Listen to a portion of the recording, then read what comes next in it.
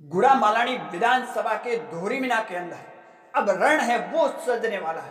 पहले कांग्रेस का और अब बीजेपी ने भी अपने घोड़े है मैदान में छोड़ दिए गए।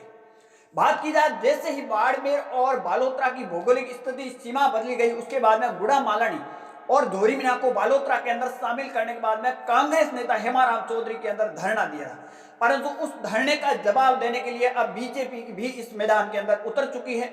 बात की जाए 25 तारीख को धोरीमिना के अंदर एक बड़ा रण है वो सजने वाला है।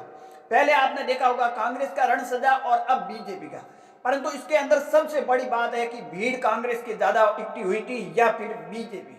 बात की जाए तो हेमाराम चौधरी के नेतृत्व के अंदर धरना दिया गया था। उसके बाद में जयपुर से तमाम बड़े दिग्गज नेता आए थे, जिसमें सचिन पायलट, पूर्व उप मुख्यमंत्री गोविंद सिंह डोटासरा, टीकाराम जूली सहित तमाम दिग्गज नेता का जमावड़ा लगा था और उसके बाद में धरना है वो समाप्त किया, परंतु उसका जवाब देने के लिए बीजेपी भी अब मैदान में उतर चुकी है।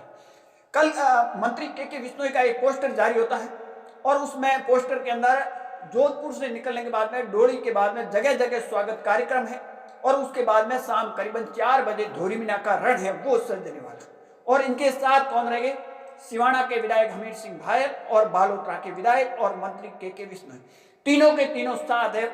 जैसे ही जोधपुर के बाद डोली के अंदर प्रवेश करेंगे तो उसका वहां से स्वागत है वो सिलसिला है वो चालू हो जाएगा। उसके बाद में धीरे धीरे गुड़ा मालानी होते हुए करीबन 4 बजे धोरीमिना पहुंचेंगे और उसके बाद में धोरीमिना के अंदर आलम मेला मैदान है, उसके अंदर एक बड़ा कार्यक्रम है, सभा को संबोधित की जाएगी और जिनकी तैयारियां जोरों शोरों से चल रही है।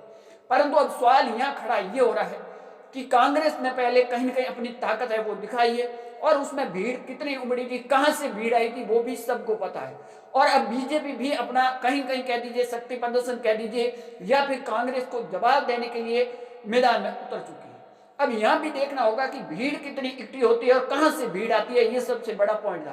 क्योंकि आरोप कांग्रेस के ऊपर लगे हैं, उसी तरह बीजेपी के ऊपर लगेंगे, बीजेपी वाले कांग्रेस के ऊपर और कांग्रेस वाले बीजेपी। ये राजनीति का एक पहिया है वो घूमता रहता है। परंतु जिस तरह कांग्रेस का आक्रोश रैली कह दीजिए, धरना था, प्रदर्शन था, तमाम बड़े दिग्गज नेता आए थे और उनके बाद में जितनी भीड़ हुई थी, क्या उससे ज्यादा बीजेपी इस जगह भीड़ है वो इकट्ठी करने में कामयाब होंगे या फिर कम होगी, ये 25 तारीख के करीबन 4 बजे ही पता चल जाएगा। परंतु जैसे ही ये डोली सीमा के अंदर प्रवेश करेंगे उसके बाद में बात की जाए तो जगह जगह इनका स्वागत कार्यक्रम है। सुबह करीबन 10 बजते है वो पहुंच जाएंगे और उसके बाद में शाम 4 बजे तक, 4 बजे का टाइम दिया गया है, परंतु करीबन यहाँ से 5 बजे के लगभग धोरीमिना पहुंचने की संभावना बताई जा रही है। परंतु देखना होगा कि धोरीमिना का रण है वो किस कदर सजता है, पहले कांग्रेस ने और अब बीजेपी की। गुड़ा मालानी के अंदर आपने देखा होगा 2 दिन पहले किसान रैली के नेतृत्व के अंदर आरएलपी और कांग्रेस के तमाम नेता है, उन्होंने भी एक रैली की गई थी, उसमें भी आपने भीड़ अच्छी खासी एक देखने को मिलेगी। हालांकि बात की जाए वो एक किसानों का मुद्दा था, परंतु उसमें राजनीतिक जरूर आपको नजर आ रही है। उससे पहले आपने देखा होगा कि हेमाराम चौधरी के नेतृत्व के अंदर करीबन 12 दिन धरना चला और उसके बाद में एक बड़ी रैली करके और एक रैली को संबोधित करने के बाद में ये धरना समाप्त कर दिया गया और उस धरने के अंदर कितनी भीड़ हुई वो भी सबको पता है।